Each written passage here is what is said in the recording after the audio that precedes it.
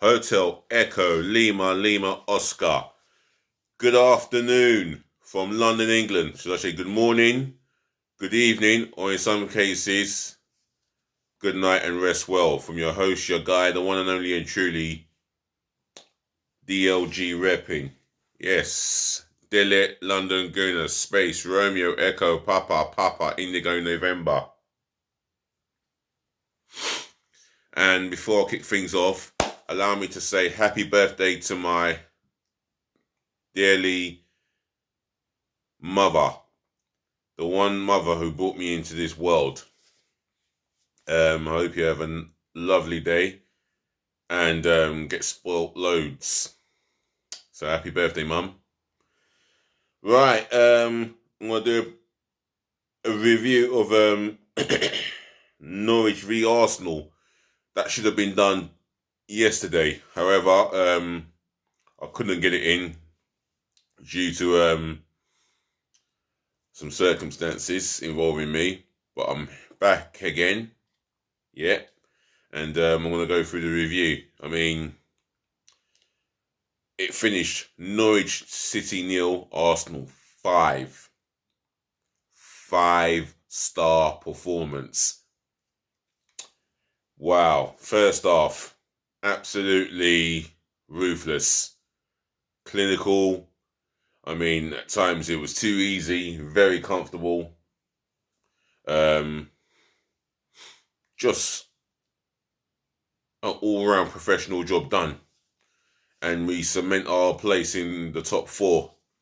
And yesterday, Manchester United dropped 2 points. In fact, I'll say it here, Manchester United should have dropped 3 points because I thought Newcastle were terrific, especially in the first half. Joe Linton, maybe the man of the match, that could be argued. St. Maximum, another candidate for man of the match, calls them all ends of no problems. And I mean, he calls them all ends of problems, should I say. And he was just absolutely electrifying, especially with his speed and the skill and his footwork. Absolutely unplayable. I mean, that point for Newcastle United would do them a world of good. But it's 3 points that they needed, and they should have won against Man United. But from Arsenal's point of view, let's go back. Yeah, just keeping it on the Arsenal. We were all dominant from start to finish. Clinical in front of goal. I'm glad for Lacazette to score his penalty and to score a goal. He needed that, and it would do his world. It would do do him the world of good, and upgrade his confidence, hopefully, for the rest of the season. And as for the captaincy, I think he is the right man for the time being until next season. Otherwise, in the second half, again, we had a little spell where we allowed Norwich to come back into it. We were sloppy in ball possession again. However, it was only 10-minute spell, and then once we got control of the game, we turned up and just put Norwich to the sword. And that's the levels that we've been crying out for. And you know what? It is an improved Arsenal team right now. We've got a lot to be pleased about. And that's the improvement and the consistency. 4 league wins without conceding a goal. Defensively, we are much more improved, much more organised, disciplined, structured. As good as it looks, we still need to go and get a striker. And if we can get a midfielder to cover Thomas Partey's absence while he's at the African Cup of Nations, the better for us. El Nani will be on his way there. So would Pepe, and I think we got another guy. No, that's as far as I can think of. So without further ado, let's get into the ratings. In goal, Aaron Ramsell. He had 1 shot on target to deal with, and it was a comfortable save for him. Norwich had a corner in the second half, and he came out and He went through everybody just to catch that ball. But other than that, he didn't have much to do. A standard 7. And that's for the clean sheet as well, and the way that he commanded the defence, I suppose. Didn't have to be that vocal. So I'm giving them a standard 7. The back 4. Ben White. Not a bad performance. Offensively, well, he ain't any better than Tomiyasu as such. Defensively, yeah, that's where he's at his strengths. And for me, he only got asked to play in that position through Tomiyasu's injury. He didn't do too bad of a job, but it wasn't the best performance in that position.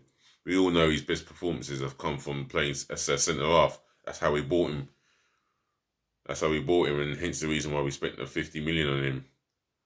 But overall, I thought he didn't do too bad of a job. I'm gonna give him a 6.5. Rob Holding. This is a centre half I just do not rate. But put my opinions aside, he did a steady job. Pookie is, well, I wouldn't say he's the elite of the elite players, but he's still a problem. Did a good job on him, I suppose. Won his headers. Comfortable with the ball at his feet. Like most Arsenal players are in this modern day era of playing that from the back. I'll give him a 7. But for me, we're going to be up against Man City, and I don't want to see Rob Holding play alongside Gabriel Martinelli. Nothing against Mr. Holding. I just don't think he's competent enough. But however, I'll give him a 7. And, you give kudos when kudos is due. Alongside him, Gabriel dos Santos Martinelli. What more can I say about this guy, this beast from Brazil via the favelas? He's obviously comfortable on the ball, vocal. Maybe he doesn't speak that much of good English, but you know what? Football is a universal language. So his communication skills, it's there to be seen. However, he won his headers, won his duels as well, and I think he mainly kept Pookie in his pocket. I'll give him a 7.5.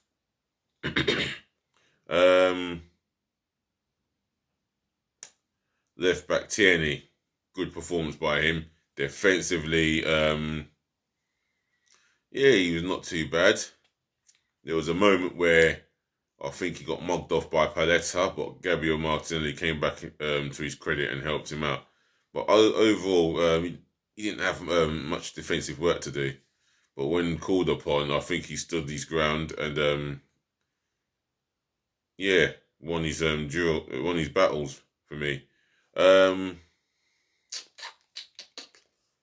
Offensively, well, put in a nice low cross in the first half. No one got onto it, but he took his goal well. Launched onto a delicious through ball by Martin Odegaard. And I would say, overall, he gets an 8. Right, the midfield, Thomas Partey, much better in his distribution of the ball. For me, he had him and his partner in crime. I'll get onto him soon. They had the game under control, especially Partey. His presence was all over that pitch, and no matter what he did, he looked like he wanted to help the team in the best way possible. Interceptions, tackles, passing through the back, playing with distributing the ball in dangerous areas, but with confidence. And you can see that he's getting confident again. I'm going to give him a 7.5. Granit Xhaka, wow. There was a moment in the game where the ball came from the right to the left, and Granit Xhaka controlled the ball with his back, turned his back to it, and had the ball controlled. That is, techers. One for Soccer Saturday to have a look at. Overall, he was sound, very steady, professional, and yeah, dare I say it, well behaved. His distribution of the ball, spot on. Um, Held everything together in front of the back four, and he even took responsibility, and he had the confidence to do so. I'll have to give him a 7.5. All right, the three in front of the two. Bukayo Saka, star boy. Pass to Saka on the right hand side. Pass to Saka on the right hand side. Him on the right. Him on the right. Him on the right hand side. Him on the right. Him on the right. Him on the right hand side. Pass to Saka on the right hand side. What a performance. He had Brandon Williams on toast. Tormented him all game. Mr. Williams himself, he couldn't live with him.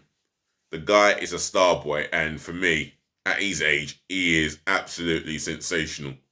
What a player. Took his goals well. His first goal, I have to admit, the goalkeeper could do a lot better with that, but it was still a good finish by Bukayo Saka. And the defender could show him down the line. The second goal, wow. The way he bamboozled his way past the defender and unleashes an unstoppable left foot drive from 20 yards outside of the box. Good finish. For me, he was absolutely terrific. Linked up well with his play. Linked up well with his teammates. His distribution of the ball, spot on. Everything about him, he caused so much problems. I'm going to give him a 9. My man of the match. Martin Odegaard. Another good game from him. Balls through a thread of a needle for me. Closed the ball down, very energetic.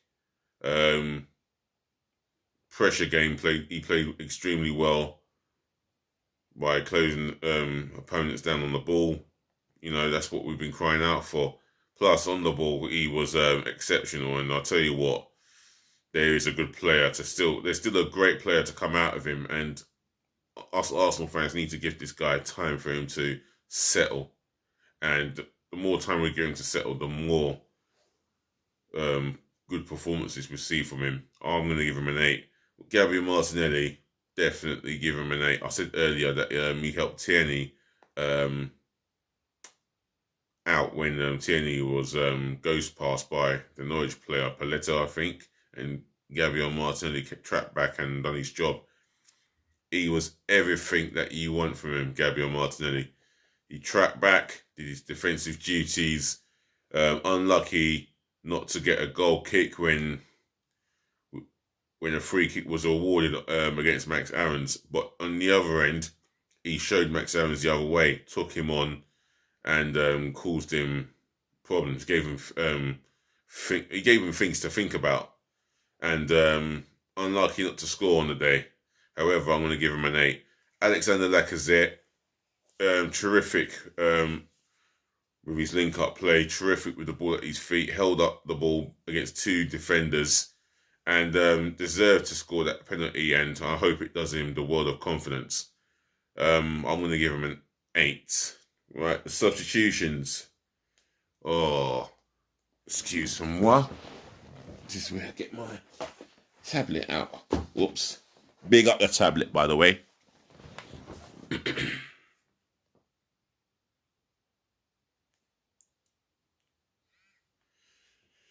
Who was the substitutions? Who did we bring on? We had 9 substitutes yesterday, so I'm trying to figure out who came on. Ooh, I'm trying to think now. Mohamed El Nani came on. I wouldn't say he had much to do other than to shore up the midfield. I'm going to give him a standard 5. I think Eddie Nketiah came on, and I don't know what I'll give him. Hold on. Oops. Right, we'll have a look now. I think Eddie Nketiah came on. Emil Smith Rowe came on, and for me, he had a good impact for himself. He linked up well with Lacazette for Lacazette to get the penalty that he scored, because he was the one who was fouled, and got himself a goal. And he's nearly on double figures in terms of Premier League goals. He's now on 8 Premier League goals. People need to remember that. 8 Premier League goals. And that just says it all about the player and what he brings to the team. Excuse me more. This tablet works. Here you go. Lineups. I'm going to look at the substitutions. Oh, if it will load up for me. Oh, please hurry up. Hey. Right. Right. Let's have a look at the substitutions. Right. I said El Neni. Oh, sorry. Nicolas Pepe. Yes. He came on. He was put through by Martinelli, and I think he was going for a shot which was deflected into the path of Smith Rowe to score the goal. However, Nicolas Pepe, I will give him a 6 because he contributed towards the goal. And Emil Smith Rowe scores a goal, makes an impact, links up well with Lacazette for the penalty, which was our 4th goal, scored by Lacazette from the spot. And he gets himself a goal that he deserves. I mean, the impact he made was brilliant. I'm going to give him an 8. Mikel Arteta, you know what? I apologise to you, for calling you an idiot. But you got it right. I mean, the team set up, the tactics, I think you encouraged the players to pass the ball a lot quicker and to keep going for 90 minutes. And,